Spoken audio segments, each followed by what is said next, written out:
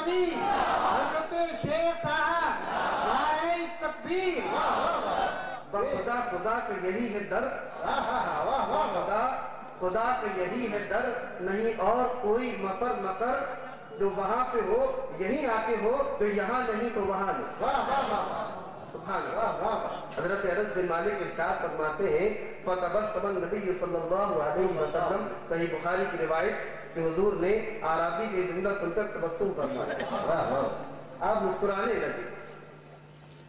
میں باقی کبھی کبھی آپ ان حدیثوں کے الفاظ کے اندر جھانک کر دیکھیے کتنے ایمان کی تازگی پیدا ہو جاتی ہے میں سوچنے لگا کتنے خوش قسمت تھی وہ آنکھیں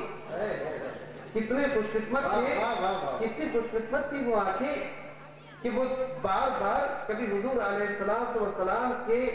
ہونٹوں پر تبسم کی لہر دیکھ رہی ہے کبھی وہ دندان مبارک کہ جن دندان مبارک کی صفائی اور ستھرائی اور چمک کے آگے جنت کے ہیرے اور جواہرات بھی مانگ پڑتے ہوئے نظر آتے ہیں ایک موج تبسم لہرائے شب میں جو نبی کے ہونٹوں پر ایک موج تبسم لہرائے شب میں جو نبی کے ہونٹوں پر کھوئی ہوئی سوزن مل جائے گھر بھر میں اجالا ہو حضرت عائشہ سے پوچھئے حضرت عائشہ سے پوچھئے کہ اس تبسم کی چمک کا کیا عالم ہے روایت ضعیف کو مجھے اس سے غرض نہیں ہے لیکن بعض علماء نے لکھا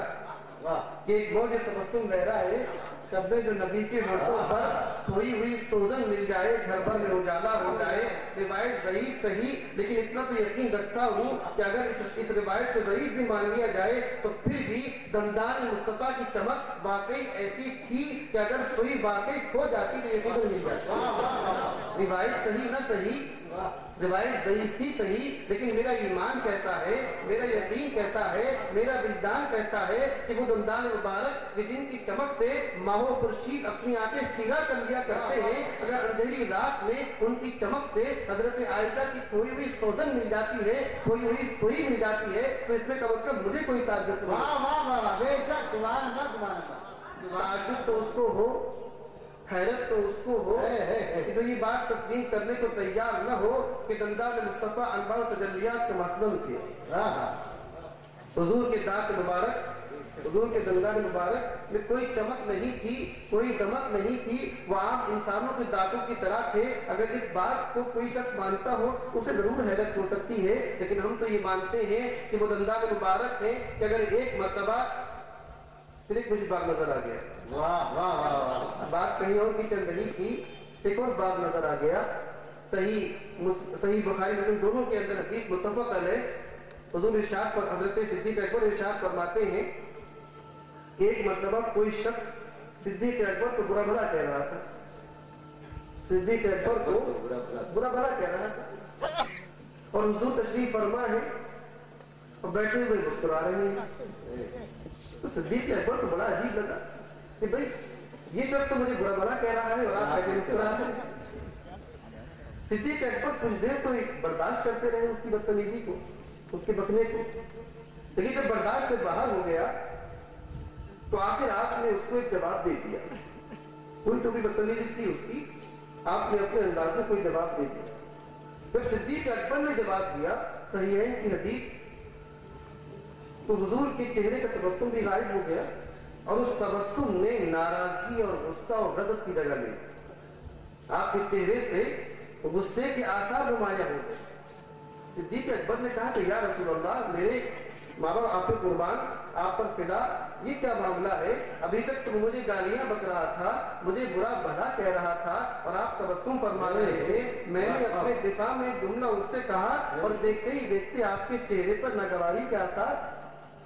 اور غصے کے آثار حضور نے ارشاد فرمایا مسلمانوں یہ بھی سیکھ ہے ہمارے لیے اسوہ ہے ہمارے لیے کہ اگر کہیں مقابلہ ہو تو ایک مسلمان کا کردار کیا ہونا چاہیے حضور نے ارشاد فرمایا مسلمانوں یہ بھی سیکھ ہے ہمارے لیے اسوہ ہے ہمارے لیے کہ اگر کہیں مقابلہ ہو تو ایک مسلمان کا کردار کیا ہونا چاہیے حضور نے ارشاد فرمایا کہ جب تک وہ تمہیں برا کہہ رہا تھا تمہارے بارے میں الٹی سیدھی باتیں کہہ رہا تھا میں اس لیے مسکرا رہا تھا کہ میں دیکھ رہا تھا کہ ایک فرشتہ تمہاری طرف سے اس کی برائیوں کو جواب دے رہا ہے وہ ادھر سے برائیاں کر رہا تھا، ادھر سے بدتمیزیاں کر رہا تھا، اور اللہ کی جانب سے ایک فرشتہ یہاں موجود تھا جو تمہاری طرف سے تمہارا دفاع کر رہا تھا، اس کا جواب دے رہا تھا، اور جیسے ہی تم نے اپنی زبان سے اس کا جواب دیا تو پھر تم دونوں کے درمیان شیطان آ گیا، تم دونوں کے درمیان شیطان آ گیا۔ مسلمانوں، بات چل رہی تبسم کی کہ حضور کا تبسم یہ ہے، پھر بات یہاں تبسم کے علاوہ یہ بھی سمجھ میں آئی کہ حضور تو حضور ٹھہرے، حضور تو حضور ٹھہرے، اگر حضور پر کوئی الزام لگتا ہے تو اس کا جواب رب کائنات دیتا ہے، یہ تو کوئی حیرت کی بات نہیں ہے، کیونکہ وہ اس کے محبوب ہیں، وہ حبیب کبریا ہیں۔ آپ کے غلاموں کا عالم یہ ہے، آپ کے دامن سے وابستہ ہونے والوں کا عالم یہ ہے کہ اگر انہیں کوئی برا بھلا کہتا ہے تو اس کا دفاع کرنے کے لیے اللہ کے فرشتے زمین پر اتر کے آ جاتے ہیں۔ میں نے سوچا کہ اے پروردگار، یہ فرشتے تو اس لیے پیدا نہیں کیے گئے تھے، یہ فرشتے تو تیری تسبیح بیان کرنے کے لیے پیدا کیے گئے ہیں۔ ہم نے کتابوں میں پڑھا ہے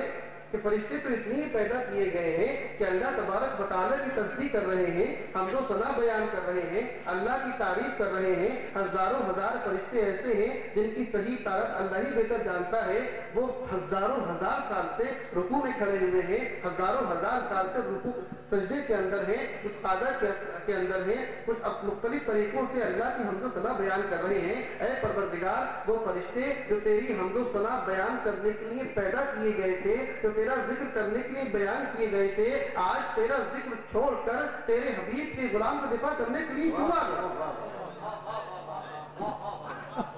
بات سمجھ میں یہ آئی، بات سمجھ میں یہ آئی کہ معاملہ حبیب کے غلام کا تھا۔ یہ تو ٹھیک ہے،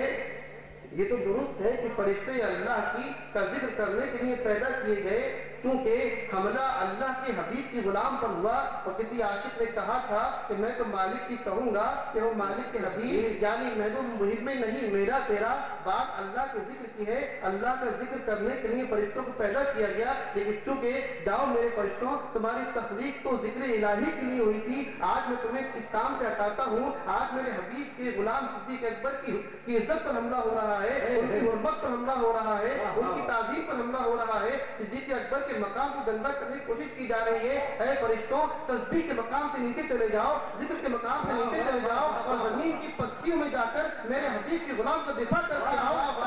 تاکہ دنیا جان لے کہ یہ حبیب کبریا ہے، کہ جب ان کی بیوی کے اوپر یہ صدیق اکبر ہے، کہ جب ان کی بیٹی کے اوپر کوئی لوگ تہمت لگاتے ہیں تو اس کا جواب صدیق اکبر کی زبان سے نہیں دیا جاتا، اس کا جواب فاروق اعظم کی زبان سے نہیں دیا جاتا، اس تہمت کا جواب خود پروردگار کائنات دیا کرتا ہے۔ اور یہ عائشہ کے والد ہیں، جب ان پر تہمت لگتی ہے تو اس کا جواب دینے کے لیے اللہ کے فرشتے آسمان سے زمین پر آ جائے گا۔ نعرہ تکبیر، نعرہ رسالت، نعرہ غوث، جشن عید میلاد النبی، حضرت شیخ صاحب، نعرہ تکبیر، واہ واہ واہ، سبحان اللہ سبحان اللہ۔ تو یہ جن کے رتبے سوا ان سے سوا مشکل ہے، یہ بڑے مرتبے والے لوگ، بے شک بڑے رتبے والے لوگ ہیں۔ تو ہم لوٹ کر پھر وہیں پہنچتے ہیں کہ جہاں حضور علیہ الصلوۃ والسلام جمعے کے دن خطبہ ارشاد فرما رہے ہیں، اس منظر کو اپنی آنکھوں میں تازہ فرمائے کہ وہ اعرابی آیا اور اس نے پھر شکایت کی کہ یا رسول اللہ، ہمارے مویشی ہلاک ہو رہے ہیں، راستے بند ہو گئے ہیں، اب اللہ سے دعا فرما دیجیے کہ اللہ اس بارش کو روک دے۔ حضور نے ارشاد فرمایا، ایک مرتبہ کہا اللہم لا علینا وحوالینا، اے پروردگار تو بارش تو برسا، بارش تو برسا، لیکن ہمارے اوپر نہیں، ہمارے پڑوس پر برسا دے۔ لا علینا وحوالینا، ہمارے اوپر نہیں، اے پروردگار ان بادلوں کو حکم فرما دے کہ مدینے شہر کے اوپر اب اپنا پانی نہ برسائے، بلکہ مدینے کے باہر جا کر اپنا پانی برسائے۔ دنیا نے دیکھا کہ ابھی حضور علیہ السلام کی زبان سے پوری طرح یہ جملہ ادا بھی نہ ہو پایا تھا، یار دعا ہو تو ایسی ہو، قبولیت ہو ایسی ہو، اثر ہو تو ایسا ہو، کہ ابھی زبان سے دعا نکلی نہیں کہ باب قبولیت پر جا کر ٹکرا گئی، اور یہ کوئی پہلی دعا نہیں ہے، یہی آسمان و زمین ایک دعا کو قبولیت اور دیکھ چکے، ایک دعا کی قبولیت اور دیکھ چکے ہیں۔ ہوا یہ تھا کہ ادھر حضور علیہ السلام کا ایک بہت بڑا دشمن تلوار لے کر حضور کے قتل کے ارادے سے گھر سے روانہ ہوا، تلوار لے کر واہ۔ اور یہ سوچ کر جا رہا تھا کہ آج وہ محمد جس نے پورے مکہ کے اندر ایک عجیب جھگڑا پیدا کر کے رکھ دیا ہے، آج میری تلوار ہوگی اور اس محمد کا سر ہوگا۔ یہ ارادہ لے کر ابھی وہ شخص اس وقت حضور علیہ السلام کا سب سے بڑا دشمن ابھی گھر سے روانہ بھی نہ ہوا کہ ادھر حضور علیہ السلام نے دعا فرمائی کہ اے پروردگار دو عمروں میں سے کسی ایک کو مسلمان کر دے، واہ واہ واہ واہ، یا تو عمر بن خطاب کو یا عمرو بن ہشام کو۔ اے پروردگار تو اپنے دین کی نصرت یا تو عمر بن خطاب کے ذریعے کروا دے یا عمر بن ہشام کے ذریعے کروا دے۔ قضاء و قدر کے فرشتے ابھی اس دعا کو صحیح طرح سن بھی نہ پائے تھے، قضاء و قدر کے فرشتوں تک ابھی یہ دعا صحیح طرح پہنچ بھی نہ پائی تھی کہ اسی اثنا میں عمر فاروق، جن کو دنیا نے بعد میں فاروق اعظم کے لقب سے یاد کیا، اس وقت صرف عمر بن خطاب تھے، ابھی یہ دعا باب اجابت تک پہنچی بھی نہ تھی کہ اللہ تبارک و تعالیٰ نے اپنے حبیب کی زبان سے نکلے ہوئے جملوں کو وہ شرف قبولیت عطا فرمایا کہ ابھی زبان سے دعا نکلی، ادھر عمر فاروق گھر کے دروازے پر آئے۔ اب عمر فاروق کا حلیہ دوسرا ہے، بدل چکی ہے، چہرے کا نقشہ تبدیل ہو چکا ہے۔ ایک طرف عمر تلوار لے کر حضور کے سامنے ہے، میں سوچنے لگا کہ کیا وجہ ہے وہ عمر کہ جن کی تلوار کی ہیبت و شوکت سے مکہ کے تمام بڑے بڑے جنگجو تھر تھر کانپا کرتے تھے، آج کیا وجہ ہے کہ ایک نہتہ انسان عمر کے سامنے کھڑا ہے اور عمر کی تلوار